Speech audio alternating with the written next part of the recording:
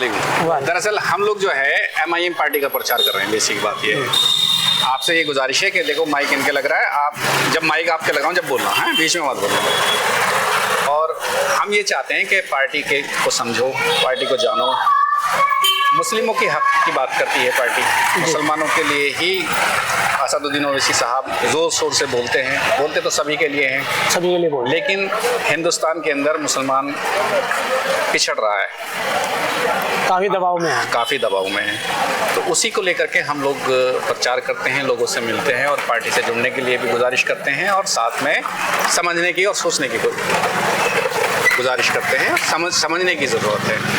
लोग उल्टी सीधी बातें बनाते हैं, उल्टे सीधे लोग बयानबाजी दे देते हैं, वक्ती तौर पर बात कर देते हैं और वोट लेके निकल लेते हैं। आम आदमी पार्टी को देख लो, कांग्रेस को देख लो या किसी भी पार्टी को देख लो, इन लोगों के हालात ये हैं कि वक्ती तौर पर आए, वोट लिए, समेटी और चल दिए, यही देखते चले आ रहे हो।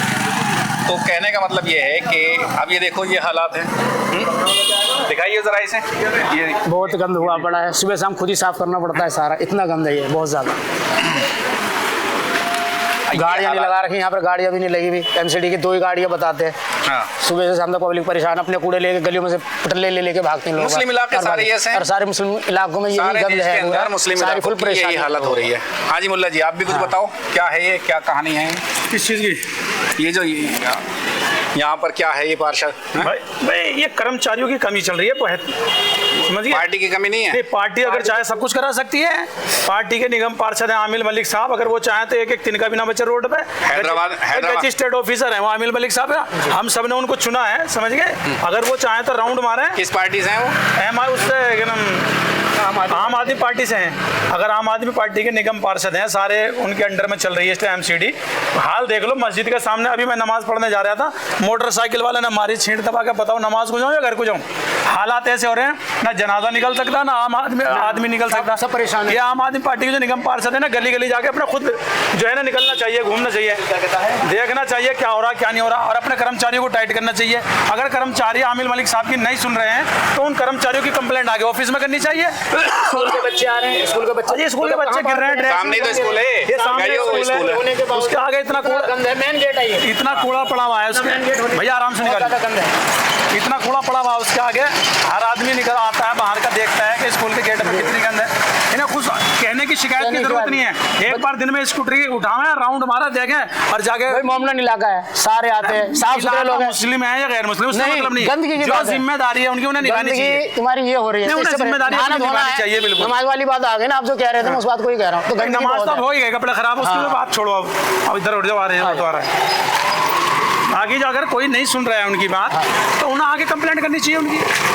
अब बेसिक बात यह है कि अगर आप इस बात को समझे ना, हैदराबाद को उठा करके देखो, हर मामले में नंबर 1 है, ये है समझने की बात। औरंगाबाद में इम्तियाज़ जलील साहब MP हुआ करते थे, मैं वहाँ गया था पिछले साल जब लोकसभा के इलेक्शन चल रहे थे। वहाँ के मुसलमानों ने फिर भी उन्हें सपोर्ट नहीं करी, आज रो रहे हैं, वो आंसू से रो रहे हैं और रोएंगे जब तक वो दोबारा नहीं आएंगे। वहाँ पर ये इतनी सफाई देखी मैंने कि सांस लेने में भी ऐसा लगता था कि यार फ्रेश हो गए। दिल्ली में तो पॉल्यूशन ही इतना है। बहुत है। तो ये हालात क्यों हैं? अगर हम अपने पार्टी को, अपने लोगों को सपोर्ट करेंगे तो वो हमारा दुख तक समझेंगे।